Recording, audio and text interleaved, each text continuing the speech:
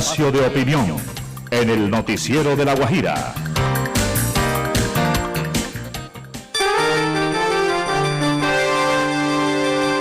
Es hora de escuchar más puntos de vista. Como todos los jueves, la cita habitual de nuestro columnista, el ingeniero civil Roberto Gutiérrez Castañeda. Él está en los estudios de la emisora Guajira Estéreo. Ingeniero, muy buenos días. Buenos días a los de cabina y a los que yo llamo los colonizadores de este espacio, los fieles colonizadores de este espacio. El tema que hemos abocado hoy es el estado de opinión. Desde hace mucho rato se viene hablando en Colombia de la necesidad de implantar un estado de opinión. Y lo importante no es que lo hayan expuesto, sino que una gran mayoría, una inmensa mayoría, están haciendo eco a esta propuesta sin saber de qué se trata.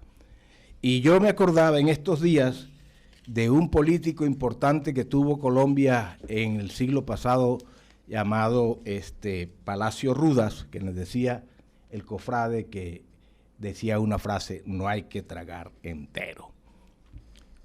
¿Cuál es el estado de opinión? El estado de opinión es que lo que piense el populacho está por encima de la ley. Pero si nosotros estudiamos la historia, nos daremos cuenta que a través de los siglos se ha venido implantando el estado de opinión con unas consecuencias nefastas. Los griegos tuvieron varios historiadores. El primero que se conoce fue Heródoto, pero también estuvo Tucídides, estuvo Plutarco y Flavio Josefo, que era judío. Cuenta la historia que en el año 500 a.C. en Grecia se estableció el ostracismo. El ostracismo es lo mismo prácticamente que el estado de opinión del que estamos hablando, que consistía en desterrar a los miembros de la comunidad de Atenas con los cuales el gobierno no estuviera de acuerdo y los vieran como un potencial enemigo para sus fines. Pues bien, en el año 510, Clístenes, que era uno de los gobernantes de Atenas, impuso el ostracismo. ¿Qué quiere decir ostracismo? Quiere decir destierro, y viene de la palabra ostra, que en griego era ostracón, porque el nombre de los que iban a ser desterrados se escribía en una ostra. ¿Cómo se llamaba acá? Se reunía el Consejo de Gobierno y decía: en el mes de abril o mayo vamos a aplicar el ostracismo. Y se escogían 1000 personas sin decirle a quién iban a justiciar ni cuál iba a ser el método, y empezaban a proponer nombres. Y esta gente, sin pensar, escribían sobre la ostra el nombre del que debía ser deportado y lo deportaban. Y hay un caso simpático que lo narra Plutarco.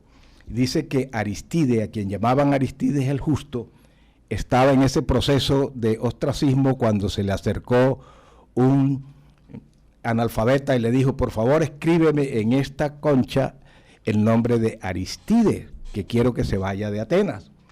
Y Aristide le preguntó: ¿y tú conoces a Aristide? Y él dijo: no. Y entonces, ¿por qué quieres que se vaya Aristide? Y él dijo: porque ya estoy cansado de escuchar su nombre y que le digan el Justo.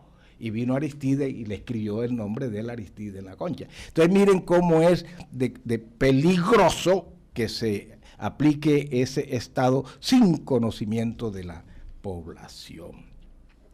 Pero eso fue antes de Cristo. Acordémonos que en el año 33 después de Cristo hubo una gran asamblea en la plaza de Jerusalén, y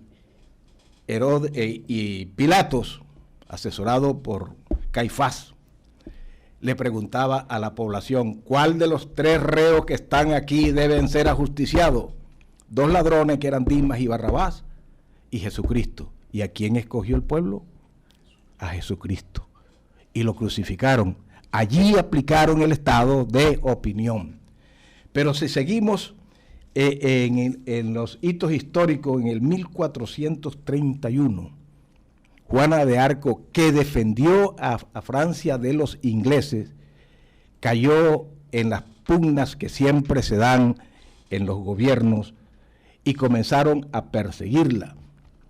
Y el que estaba gobernando en ese momento comenzó a difundir la idea de que Juana de Arco tenía dos máculas, una que era bruja y otra que era inglesa, cuando ella había luchado contra los ingleses y lo había derrotado. Y en el año de 1471, en Rouen, Juana de Arco fue quemada viva. En el año de 1645, Luis XIV, a quien llamaban el Rey Sol, decía la célebre frase «L'état, c'est moi», que en francés quiere decir «soy yo». Estableció la monarquía absoluta, donde el único poder que había era el del rey, y la gente, sobre todo los siervos de la gleba, tenían que aceptar lo que hiciera el rey. Esto fue tan deleterio para la Europa que John Locke, en el año de 1689, escribe el texto sobre el Estado civil, donde establecía la preponderancia de la sociedad civil o un equilibrio entre la sociedad civil y el absolutismo. ¿A qué dio lugar esto? A que se forjara la Revolución Francesa. Pero antes de la Revolución Francesa, en 1692 y 1693, hubo un proceso que todavía sigue lamentando el pueblo norteamericano, que fue la quema de las brujas de Salem. ¿Quiénes fueron las brujas de Salem? Dos de ellas fueron Betty y Abigail, que salían a bailar con sus aya, que era una esclava negra que se llamaba Tituba, a bailar en el bosque alrededor de la hoguera, y la gente pensaba que estaban haciendo sacrificios a Satanás. Y se reunió la población y dijo: son brujas, hay que quemarlas, y quemaron a las brujas de Salem. En 1794, después que se estableció la Revolución Francesa, los franceses se dividieron en girondinos y jacobinos. Los jacobinos era el ala extrema de los revolucionarios, que fue dirigida por Maximiliano Robespierre, Danton y Marat. ¿Y cómo hacían ellos para perseguir a sus enemigos? Ni siquiera hacían un acto sumario para castigarlos, sino que cogían a quienes ellos iban a llevar a la guillotina, los subían sobre una plataforma y le preguntaban al pueblo que si querían que fuera justiciado. Robespierre estaba considerado uno de los mejores oradores, porque él, además de abogado, era médico, uno de los mejores oradores de París, y se imponía siempre lo que él hacía. Y acuérdense cómo fue de sangrienta la Revolución Francesa con la aplicación de la guillotina. Pero paradójicamente, lo que Robespierre hacía cayó en desgracia de sus amigos de ver la tanta sangre que se estaba derramando en esa época, y lo llamaron a juicio, y para que no pudiera defenderse, porque sabían que si se defendía los apabullaba con su oratoria y sus conocimientos legales, le tocaban la campana cada vez que él iba a hablar para que no lo escucharan, y Robespierre fue guillotinado. En el año de 1786, en Estados Unidos se estableció la ley de Lynch. Lynch era un granjero cansado de que le estuvieran robando las reses, y comenzó a reunir la población para decir que aquel que fuera ladrón o que delinquiera no había necesidad de llevarlo a juicio, sino que había que colgarlo. De ahí viene la palabra linchar, de Lynch.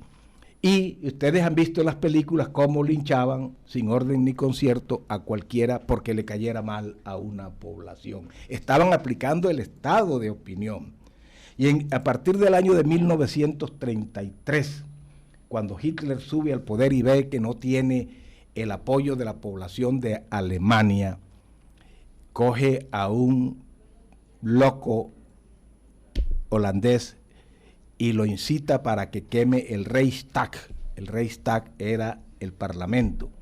Y después dijo que ese Reichstag había sido quemado por los bolcheviques, que eran los comunistas de la época, y los judíos, y el pueblo lo creyó.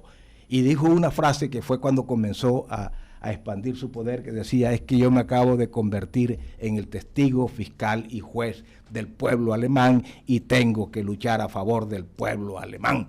Y el pueblo alemán lo siguió conociendo todas las leyes, porque lo que valía era lo que dijera Hitler en ese momento y la opinión de sus correligionarios, que llegaron a ser mayoría, y nos embarcó en la Segunda Guerra Mundial, en la persecución y muerte de 6 millones de judíos.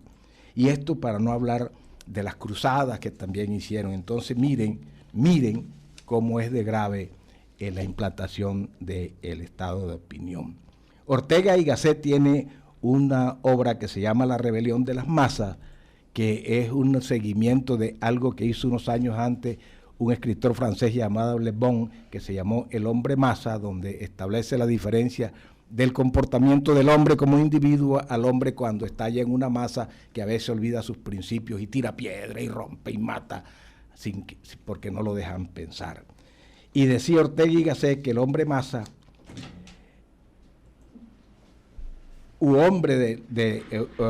se caracteriza por opinar sobre todo sin pensar sobre nada, y sustituye la minoría por lo trivial, y al final termina imponiendo las imposiciones, que no las ideas del hombre, donde la imposición de lo vulgar provoca que quien no piensa igual con él tiene el riesgo de ser avasallado y aún ser muerto.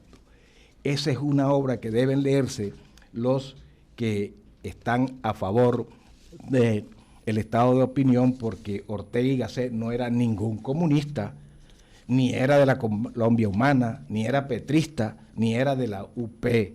Él formaba parte de la parte menos conservadora del conservatismo de España en la era de Francisco Franco. Y me conseguí por ahí como cosas, que eso es lo que se llama serendipia, cuando uno consigue lo que no andaba buscando, algo que dice, escrito por el psiquiatra argentino Hugo Maritán, que dice: el psicópata necesita la crisis, ser reconocido como salvador. En la paz no tiene papel, no soporta la paz. Por eso las sociedades lideradas por políticos de esta característica viven de crisis en crisis. Cualquier parecido con la realidad colombiana es la pura realidad. Muchas gracias. Muchas gracias al ingeniero Roberto Gutiérrez Castañeda, nuestro columnista habitual de todos los jueves en el espacio de opinión de Guajira Estéreo. Espacio de opinión en el noticiero de La Guajira.